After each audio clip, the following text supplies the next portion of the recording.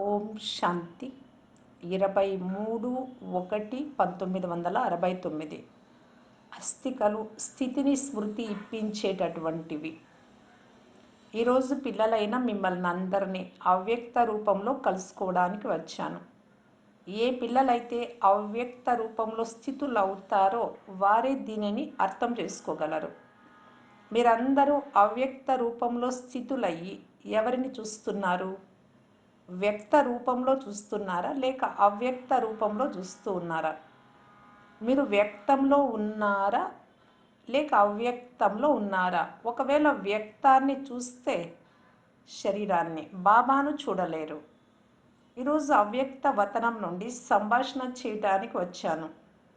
అవ్యక్త వతనంలో పైన సూక్ష్మ వతనంలో ధ్వని లేదు, కానీ ఇక్కడికి ధ్వనిలోకి వచ్చాను. మీరందరిలో ఏమి సంకల్పం నడుస్తుంది? ఇది అవ్యక్త సంభాషణ. కల్పం పూర్వం వలె పిల్లలతో ఆత్మిక సంభాషణ నడుస్తుంది. ఆత్మిక సంభాషణ చేయటానికి మధురాతి మధురమైన బాబాను పిల్లలైన మీతో కలుసుకోవడానికి పంపించాను. 2-3 రోజుల నుండి మధురాతి మధురమైన బాబాతో ఆత్మిక సంభాషణ నడుస్తుంది. ఆత్మిక సంభాషణ ఏమిటో తెలుసా? బాబా చెప్పారు, వతనం యొక్క అనుభవం చేసుకోవడానికి తయారుగా ఉన్నారా? ఏం జవాబు ఇచ్చి ఉంటారు బ్రహ్మబాబా? శివబాబా అడిగిన తర్వాత బాబా యొక్క ఆజ్ఞ అని చెప్పారు. ఎలా నడిపిస్తే, ఎక్కడ కూర్చోబెడితే ఆ రూపంలో కూర్చుంటాను అని పిల్లల మనస్సులో ఇదే సంకల్పం ఉంది కదా. బాప్ దాదా మా నుండి సెలవు ఎందుకు తీసుకోలేదు? బాబాతో కూడా అదే అంటూ ఉన్నారు. అప్పుడు బాబా చెప్పారు, పిల్లలందరినీ కూర్చోబెట్టి నేను వెళ్తున్నాను సెలవు ఇవ్వండి అంటే మీరు సెలవు ఇస్తారా? బ్రహ్మ బాబా కూడా పిల్లలను చూసి, సేవను చూసి పిల్లల స్నేహంలోకి వచ్చేసి ఉండేవారు. అందువలన బాబా ఏదైతే చేయించారో అది డ్రామా. వ్యక్త రూపంలో కాకపోతే అవ్యక్త రూపము ద్వారా సంభాషణ చేసుకుంటూ ఉన్నారు. సర్వీస్ యొక్క వృద్ధి కూడా అలాగే ఉంటుంది. పిల్లల స్మృతి కూడా అలాగే ఉంది. బ్రహ్మ ఇక్కడ వ్యక్తంలో ఉంటూ అవ్యక్తంగా ఉండేవారు.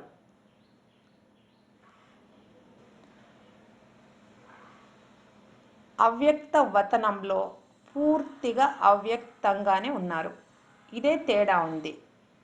ఎవరైతే నయనాల యొక్క సంభాషణ తెలుసుకుంటారో వారి నయనాల ద్వారా ఈ కొద్ది సంభాషణలో తమ పట్ల శిక్షణను తెలుసుకుంటూ మీరందరూ వతనంలోకి రావాల్సిందే. పిల్లలతో సంభాషణ చేయటానికి ప్రతి సమయము తయారుగా ఉంటారు. ఇప్పుడు ఎంతవరకు పిల్లల బుద్ధి స్పష్టంగా ఉంటుందో దానిని అనుసరించి అవ్యక్త కలయిక యొక్క అనుభవం చేసుకోగలరు. శక్తి స్వరూపంలో స్థితులయ్యారా? దీదీతో అన్నారు.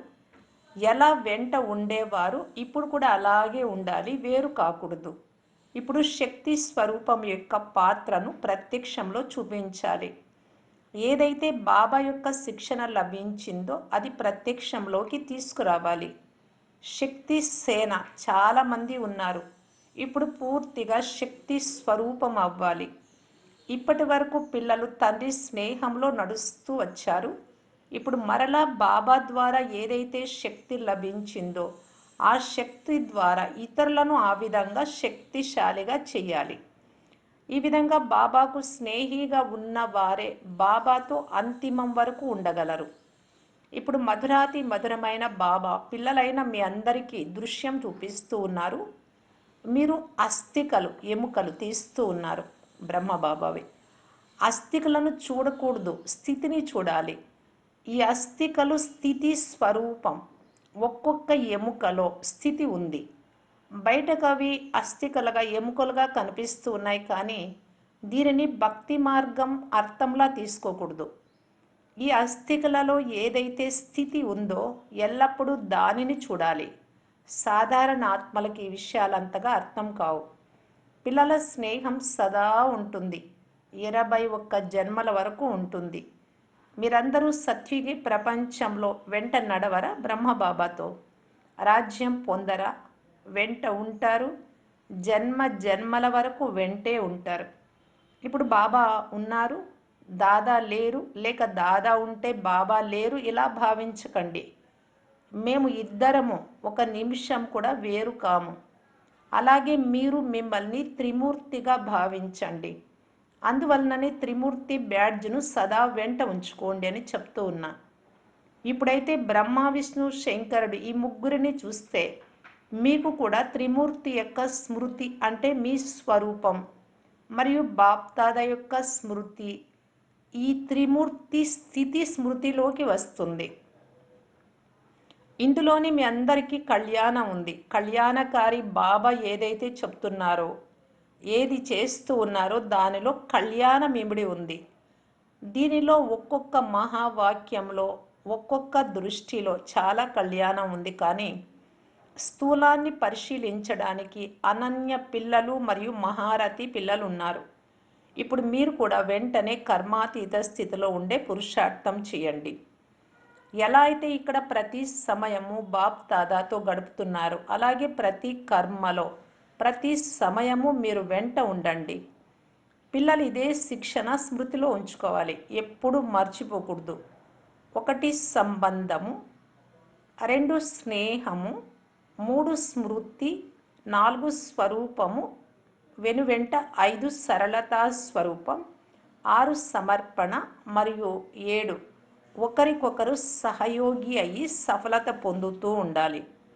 సఫలత మీ అందరి మస్తకం మధ్యలో మెరుస్తూ ఉంది.